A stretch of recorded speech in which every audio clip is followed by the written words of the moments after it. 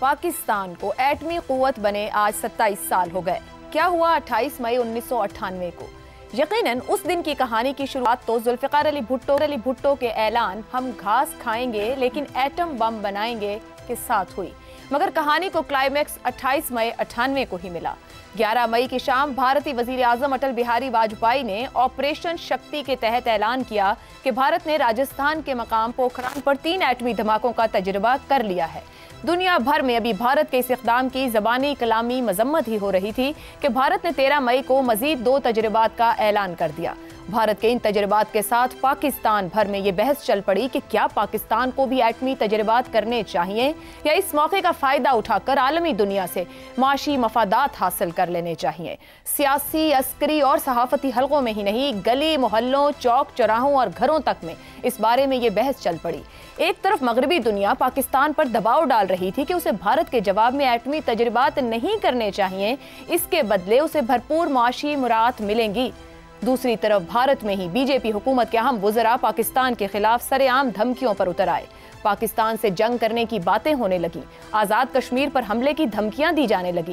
اس صورتحال میں ایسی آوازیں بھی ٹھنڈی پڑنے لگیں کہ پاکستان کو ایٹمی تجربات نہیں، معاشی مراعات لے لینی چاہیے۔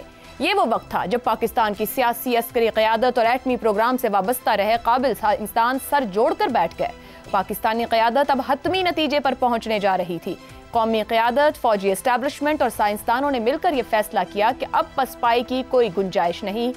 اس وقت کی تنہا سپر پاور امریکہ کے صدر کلنٹن نے وزیر اعظم نواز شریف سے 5 مرتبہ فون پر رابطہ کیا اور ایٹمی تجربات نہ کرنے کے عوض $5 ارب کی امداد کی پیشکش کی۔ کلنٹن کو شاید اس وقت یہ معلوم نہیں تھا کہ پاکستانی قوم کی عزت نفس کی کوئی قیمت نہیں۔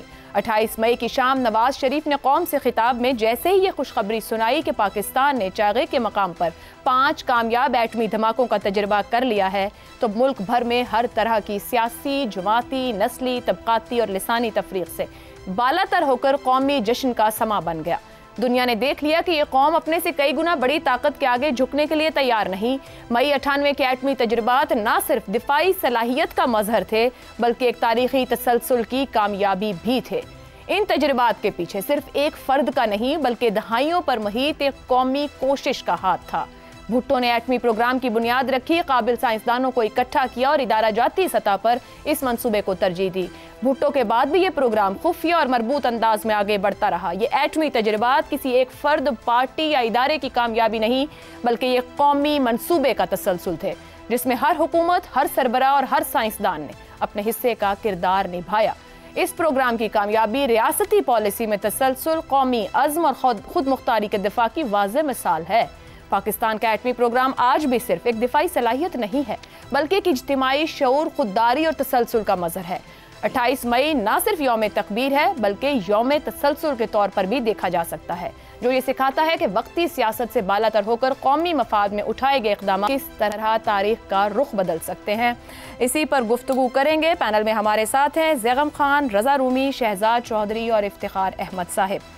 پروگرام کا سوال اسی کامیابی پر ہوگا، مگر یہ کامیابی باقی سیکٹرز میں کیوں نہ ہو سکی جنہوں نے ہمیں اور طاقتور بنانا تھا، اس پر سوال رکھوں گی۔ لیکن آج پینل کو بھی اور پینل کے ساتھ آپ کو بھی، کیونکہ ایک پوری نسل گزر گئی، 27 سال پیچھے جائیں گے۔ 27 سال پہلے 98 میں 11 مئی سے 28 مئی تک کا وقت پاکستان کے لیے کیسا تھا؟ آپ سبھی سے اس پر آغاز کروں گی۔ شہزاد چودھری صاحب، کچھ بھی جو آپ شیئر کرنا چاہیں، اپنا ذاتی تجربہ، اس وقت کا جذبہ، سوچ کا سفر کیسا تھا ان 18 دنوں کے لیے آپ کے خیال میں؟ کیا سوچ رہے تھے، کیا ہم کر پائیں گے، نہیں کر پائیں گے، کیا ہونا چاہیے، کیا نہیں ہونا چاہیے؟ عائشہ، میں آج تک کبھی اس سبجیکٹ پہ بولا نہیں ہوں، لیکن آپ کو اور ہمارے سننے والوں کو شاید سن کر حیرانگی ہوگی کہ جس دن 28 مئی کو جس بریفنگ کا ذکر کیا جاتا ہے، جو کہ نواز شریف صاحب نے اور ان کی کیبنٹ نے نیشنل ڈیفنس کالج میں اٹینڈ کی تھی، اور وہ 3 گھنٹے کا سیشن 4 گھنٹے کا چلا تھا، وہ میں ہی پریزنٹ کر رہا تھا۔ کیا بات ہے! میں نے آج تک اس کا ذکر کبھی کسی سے نہیں کیا۔ میں 4 افسران کا پینل تھا، 4 افسران کا پینل تھا، شیک ہینڈ ہو گیا جی یہاں پر۔ 4 افسران کا پینل تھا، اور اس میں میری جو پریزنٹیشن تھی وہ کلیدی تھی۔ میرے ساتھی ایک ان میں سے دنیا سے گزر گئے، 3 ابھی ہیں، حیات ہیں، ان کو معلوم ہے اس چیز کا، میں بات کروں گا تو وہ سمجھ جائیں گے۔ 11 مئی کو جب انڈیا نے یہ کیا، لیکن اس سے پہلے ایک اور ٹوسٹ ہے۔ اس سے پہلے ہم نارملی जब हमारा कोर्स ख़त्म होता है, मैं उस वक्त ब्रिगेडियर के रैंक का, एयर कॉमोडोर रैंक का पाकिस्तान एयरफोर्स का ऑफिसर था, पूरा साल हमने गुजार लिया था। तो आखिरी हमारा प्रेजेंटेशन होती है जो कि नेशनल स्ट्रेटजी पेपर जिसे कहते हैं, तो आप पूरी कैबिनेट को वज़ीर आज़म समेत एक प्रेजेंटेशन देते हैं पाकिस्तान की स्ट्रेटजी के लिए। वो हम तैयारी कर रहे थे अपने तौर पर नेशनल सिक्योरिटी स्ट्रेटजी के ऊपर। 11 मई को ये धमाके कर दिए इंडिया ने, वो धमाके किए तो हमें इकट्ठा कर दिया गया, 4 का पैनल ऑलरेडी बना हुआ था। हमें कहा गया कि आप अपना रिस्पॉन्स इसके ऊपर, अब प्रेजेंटेशन इस पे होगी कि क्या पाकिस्तान को धमाके करने हैं या नहीं करने इसके जवाब में। और मुझे शायद इफ्तिखार साहब इससे थोड़े से ज़रा हो जाए, हाथ मिला लिया उन्होंने। मेरा पहला और बड़ी देर तक ये ख्याल था कि हमें नहीं करने चाहिए। जो इसराइल ने किए रखा हुआ था अपना एम्बिगुअस स्टेटस, मेरा ख्याल था कि पाकिस्तान को इसका नुकसान ज़्यादा हो सकता है। पाकिस्तान को भी एम्बिगुअस, दुनिया को पता था कि हमारे पास न्यूक्लियर प्रोग्राम है। 1984 में मैं ये भी वाज़ेह कर दूं, 1984 में हम अपना न्यूक्लियर वेपन गिरा चुके थे। गिरा चुके थे।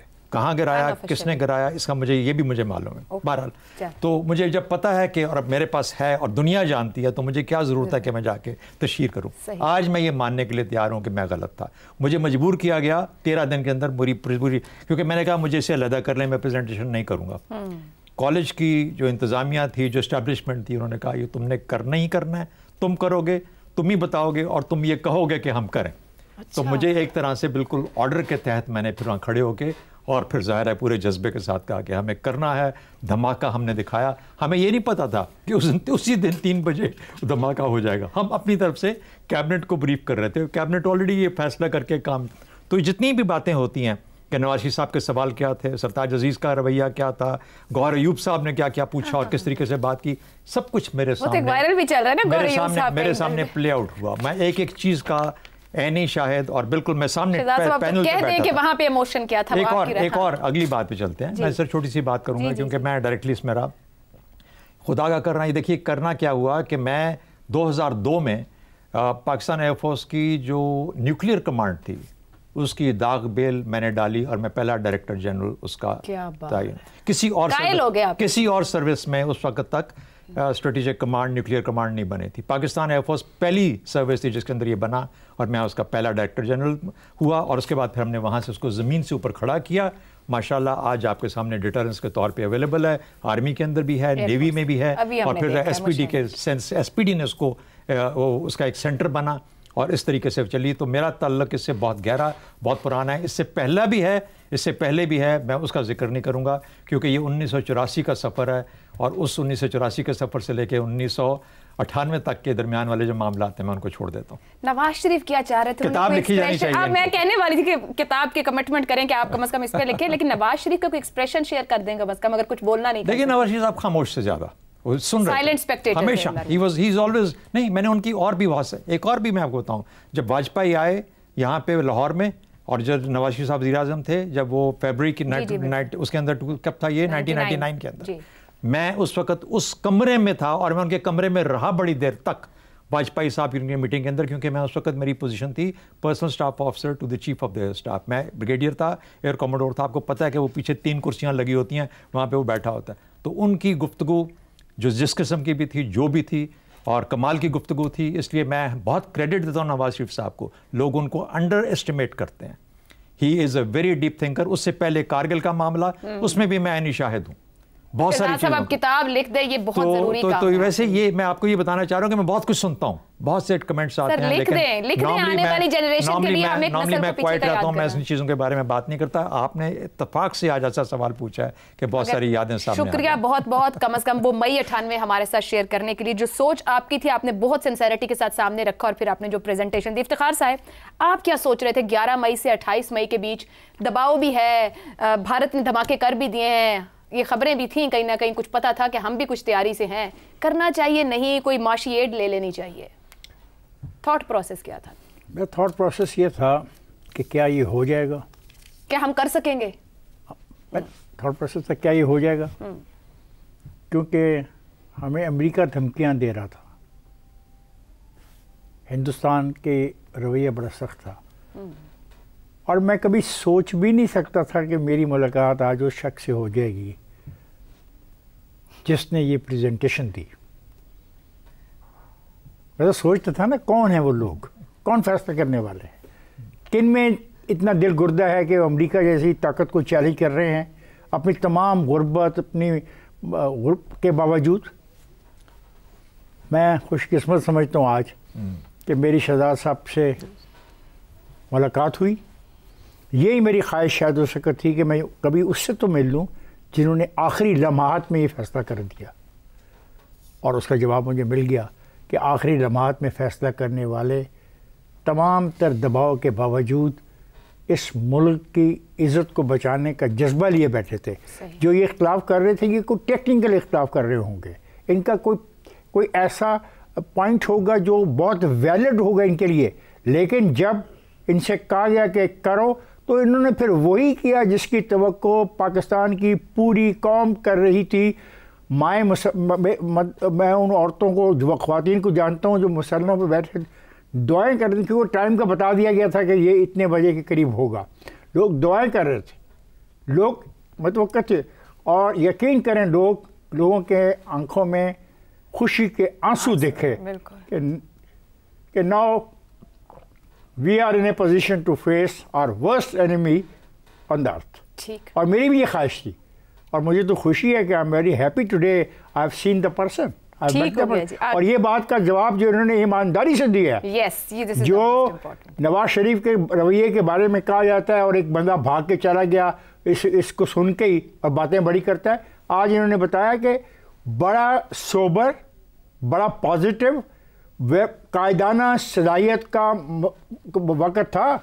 ठीक, ये तो शहजाद साहब की खूबी है, इतना बड़ा फैसला करना कोई आसान नहीं था। ठीक है, और उसमें जज्बाती हुए बगैर और नारे मारते हुए बगैर एक फैसला किया।